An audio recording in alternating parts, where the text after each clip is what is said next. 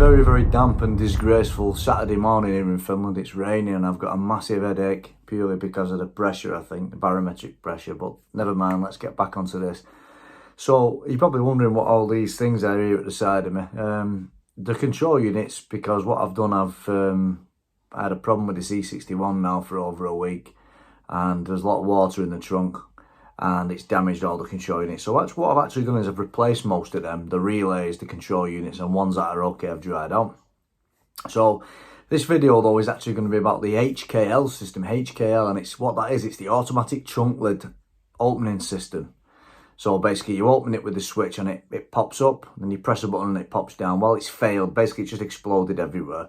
It's cost a fortune and money to fix this, and well, do you need it? Not really, to be honest with you. I don't have one on my car and I don't miss it. So what we're going to do with this is I'm going to show you how to remove it, how to put on standard hydraulic, pneumatic struts instead of the hydraulic system. And then from that point on, how to blank the hole. And it's quite interesting how I did that in the video, you'll find. Not many options because it's been damaged for years and they haven't really kind of looked after the car, and they've just been opening and closing it for a long time, and they've just smashed the hole to pieces. So even if I had a rubber grommet, it won't actually go in. It won't stay in because the hole isn't round. It's not round at all. It's just completely dented. So I come up with a bit of a good solution for that, and the day after, when it was a silicone had dried, it ended up quite nice. What I will do finally in the video also is I'm going to show you how I code the HKL system out, because if you don't code it out, you'll end up with loads and loads of error codes, because it's on the K-can system, the HKL control unit, which is, you can see it on the bench there. And if you don't remove that, it's other units will be looking for it. Why is there no message from the trunk lid?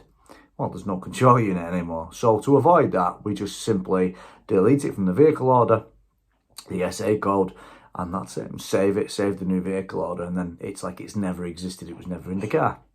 So without further ado, I've wattled on too much now. I've got cracking headache, I swear to God, it's the weather, it's terrible. Without further ado, let's get in the workshop and let's get this job underway. First thing you're going to need when you change the HKL to standard system is you're going to need 2 brackets, a ball pin, and ideally 2 new lifters. And that is essentially all you need to do. And of course, I have already took the coding out of the vehicle order. Now there's many ways you can do that. I use Thinktool or Autologic, or get someone to do that for you. You've got to take out the HKL so that when you load up the vehicle tree, it doesn't exist and it's not looking for it, then you'll have no faults then.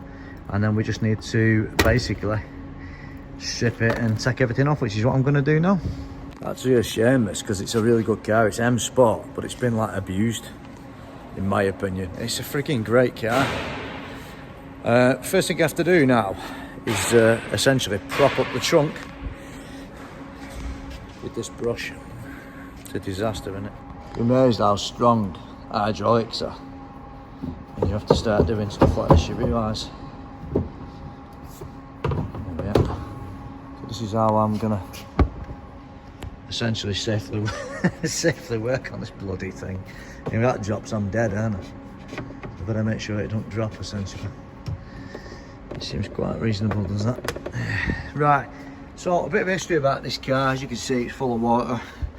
I made a short on it. Basically what's happened is I've changed all these relays, and now I'm going to basically change a few more which are missing and see if they work. But the main reason obviously that it's here is because this exploded. The HKL just literally just like basically shit itself and just exploded all over the place. So I've got a brand new trunk seal there. So what we'll do, we're going to change that. Obviously there's your stud, what we need to change. Then we're going to rip this crap off. I don't really want to get my hands on that. It's quite disgusting, isn't it? But basically it's not really needed anymore, that anyway. So I'll have to blank that off somehow. So yeah, I'm going to have to go in there now and mess around, but I'm thinking maybe I'll just put a plug in it or something, because there's no hydraulic fluid in it anyway. So instead of stripping the car, look at it, it's bloody knackered, look at the state of that, it's ripped all the paint off and everything. It's a mess, isn't it? It's disgraceful. So we'll do that, and then on this side, we'll just change this and put the same one on. And then yeah, I've got other stuff to do really. But yeah, I'll show you how to do it. Obviously, assuming you've got the HKL not stripped, obviously you just pop them off like so. Pop like that. So let's just check it out and see what we can do with it. So I've just chopped them off with a Stanley knife. You've got a nice bit of pipage there. What we're going to do is we're going to whack some self-tappers in. I don't think we really need to even do that, but I'll do it just in case out leaks in future. Then you've got the electrical connection, which is dead because, as I'll show you later, I've coded the HKL from the vehicle order, basically, to be fair. So it's dead, even though it's still connected to a control unit. It's not in the vehicle order. The car doesn't know it exists anymore, so...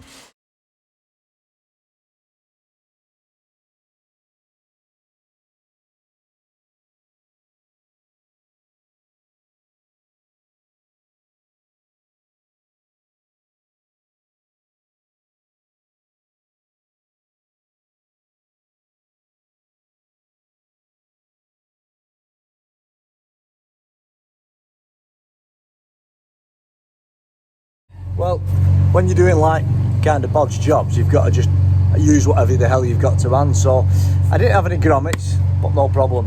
What I have got is a nice bit of silicone, a base which is off a Worth ceramic paste brush application, friggin' aerosol or something like that. You wouldn't believe it, it's absolutely almost bang on the right size. So what I'll do is I'm going to invert this either that way or that way. It'd be easy if I can push it in that way, of course, but I'll probably put it in that way. And then you'll have a nice flat surface with a bit of silicone hold it in. It's worth a crack, innit? We've got to make it waterproof. If it's not waterproof, it's going to leak like a sieve. Right, let's do that. Right, let's see. Get one shot at this now. I've pushed everything inside now. See there, can't you? Everything's inside there now. We'll whack a bit of this in. Should do the job. I must say it's going to be easier to put it the other way. I don't know which way to really put it, to be honest.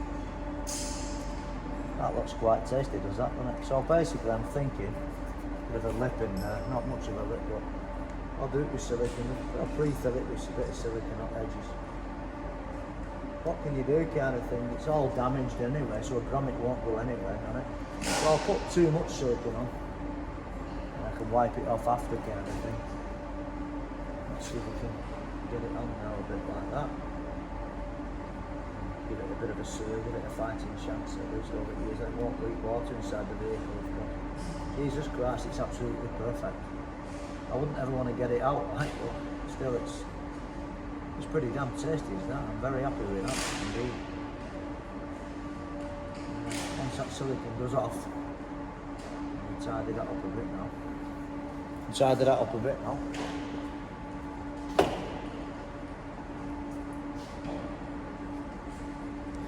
Once it goes off, that it'll be right, won't it? You try your best, you can't make it pretty. You try and make them as pretty as I can, but really I don't really care as long as it actually seals it, you know. Because there's that many cracks in paper as well. Kind of the only way to do it is it's a bit iffy looking. Cars are bloody dog, you know, it's not been looked after. It's a shame, it's bloody and sportless and everything like, you know. Could be a good car. Silicon the whole lot. Silicon the whole lot, I reckon. Because I don't want this leak in the years to come. We've got a winter coming now, so it's the last thing we want is all this leaking water. And massage it a bit and make it look quite pretty. If you can make it look pretty now. Well, essentially it's kind of done the job. It's not beautiful, it's not pretty, but it's going to be functional. And that's all that matters, is that it's functional. I mean, if we wanted to mess about, we could put a Stanley knife on and get it all flat with silicone, you know. And what you could do with that is just put that nice bit of black tape over it in the end just to see. Right, good, that'll do for now.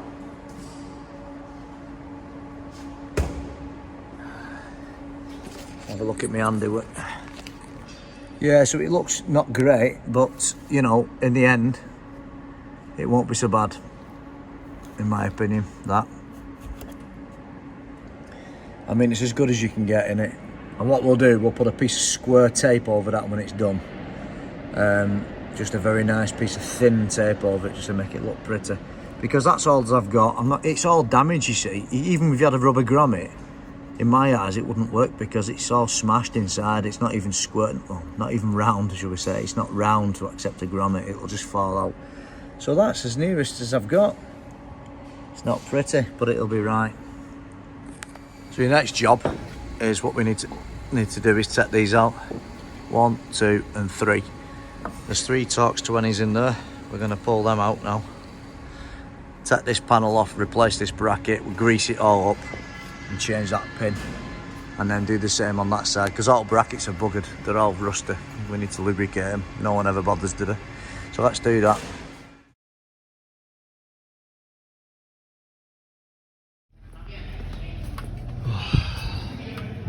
So a good thing about working here, if I need something, it's usually here. Other bottle pin was a bit rotten, so I just thought I'll get another. Great. So back to the Z61, try and finish it so I can go home on time. Oh, and we got run over then. Right, let's get this little pin on, shall we?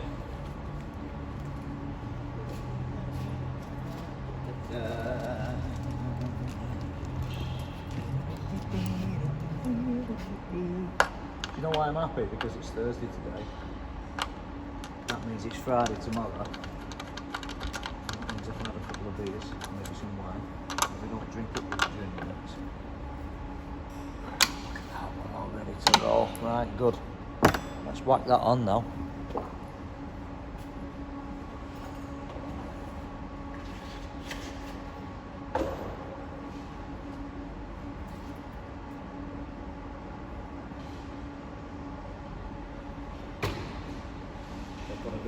Put a bit too much of this on really, but well, whatever, it is what it is. Well, not rust, that's for sure, then. Just wipe that off, but way too much. Yeah, way too much bloody grease. Christ, brush me, everything's falling apart.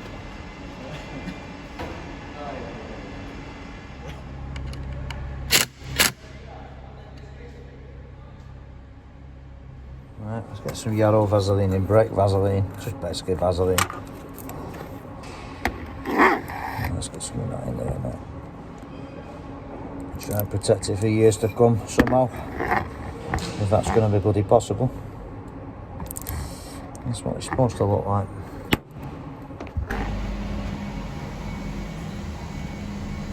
Right, we're ready to.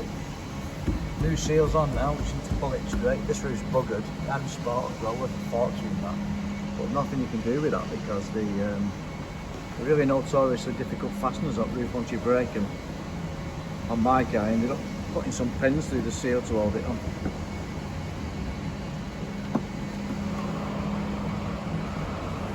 It's actually got some strings on the seal which I would use at the top, but the roof lining is so damaged and so sagging, it won't really do the job. But it's nice with a new seal. I don't know if this is what caused the leak in the first place.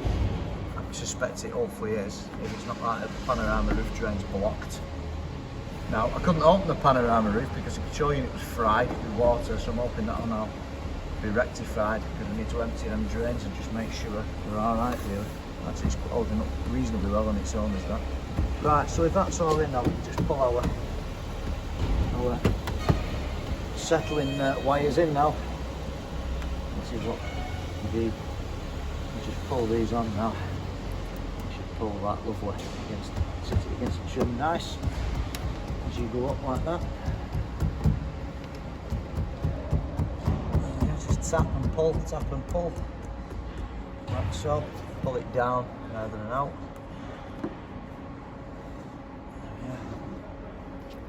Pretty much looking quite tasty as that brand new seal. What you do is just stop it leaking. There we go.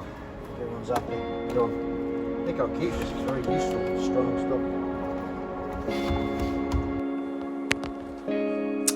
So once the seal was on, then more or less in place, it was just a case of going round it methodically, just to make sure it's 100% seated exactly where it needs to be. bearing in mind that the reason this car was here in the first place was because of a massive water leak. So here I am, just checking it. Got the new pneumatic struts, gas struts in place, left and right, as you can see there. And what we do now is we're just going to close them and make sure everything is as it should be. And once we've established that, we can then go and look at if we've got comms to all our other control units. There you go, that's quite reasonable. That doesn't work still, it's not in for that, so we'll leave that.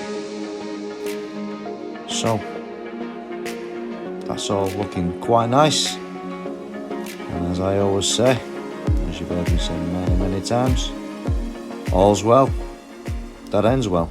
So we're going to now check if we've got comms with the sunroof and with the AHM, and if we have, then I'll open it. But I'm scared stiff of opening the damn thing because they're notorious these for not going back. We have to get a screwdriver and just tease it back in place. But either way, I think I'll do that tomorrow. It needs to be up. Needs to be initialised, the sunroof, or it won't work. It's already got a warning message in the menu, CC, which is good, which means there's obviously some comms happening then, so I'm quite confident it should be okay, really, with a little bit of luck. So we just load up the Thinktool now, and then I'll switch to a picture-in-picture view, maybe. So it's looking like, looking pretty good as that. It's looking like we've got comms with everything, as you can see. Basically, it's looking damn good, isn't it? It's actually a really good car. It's got head-up display, look. It's got HUD, everything, really. But the main thing is, which I'm really happy about, is SHD, which is the sunroof control unit. We can now get into that, which we couldn't do before. So I'm happy. So we'll initialise that another day. It's got a fault code already, but that's okay. Drive for sunshade. That's not working. Okay. Aye. Okay, so I'm not bothered about that. Yeah, so the sunroof's buggered, obviously. You know, you just knew that was going to happen. Yeah, so it's anti-traps kicking in. You see, you don't touch these panorama roofs. The best thing you can do with these is take the fuse out and chuck it away and never open them, because they're just garbage. They're just absolute garbage. So, yeah, okay. So there's one thing working which we couldn't have known because we couldn't communicate with it. So I'm not bothered about that. But the point was, I wanted to change the unit, the SHD unit, or MDS can as it's called, because I wanted to open the bloody thing, and I wanted to get the water drains unblocked, because when they block up, these bad boys, they fill with water and they flood the rear fuse box and then they flood the trunk. So that's a bit of an issue, isn't it, unfortunately? So forget that one for now for a game of soldiers. That's going to be something else I have to do. The car's going to, you know, it's a lovely car, but they've abused it. They've not looked after it, basically. And then when you do it all at once instead of over a few years, all these little issues, they mount up to thousands potentially. AHM, that's pretty Shabula Jacksonish. That's frigging good. We can get into that. Yep. So it's all looking quite tasty, really. Of course, there's fault codes. There's fault codes, of course, in AHM. K line fault, blah blah blah. But we can get rid of that. We'll erase those bad boys. No problem. Just clear fault code. I don't need to read them at all. Let's read them. No DTCs, that's good. Sunroof, that's a bit of an issue. I'll have to get the old screwdriver out.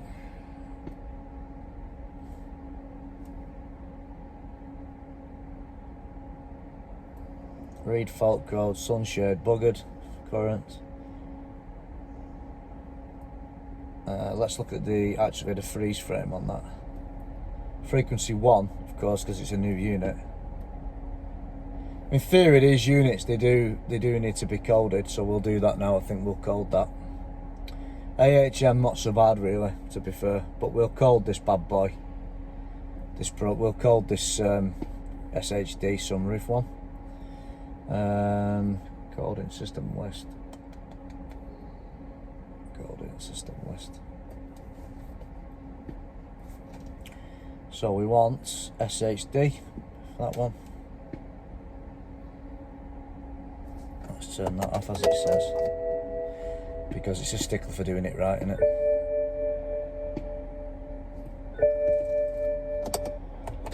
Alright, well, yes, we do coding right now. I don't think coding's going to do anything. If the sunshade's buggered, it's buggered. But it might not be coded, to be fair, so you just don't know, do you? Coding's done.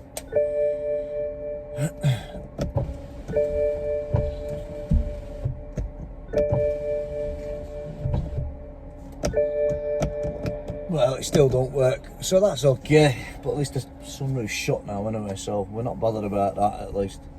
That's another problem. If they want that doing, they have to pay extra for that. Right, so what I'll do, I'll just quickly show you very finally what to do, basically, on these vehicles. If you display the vehicle order like this, you can use anything. If you've got ESIS or whatever you've got, I don't know what you're using, but essentially those are obviously your SA codes. And what we did on this particular vehicle is we just took out the SA coding for HKL, when HKL is the rear trunk lift. So basically that's all you have to do. So this function is only for engineer. You can change the FA of the vehicle, but we do not check whether the whole FA available. You have to do it yourself.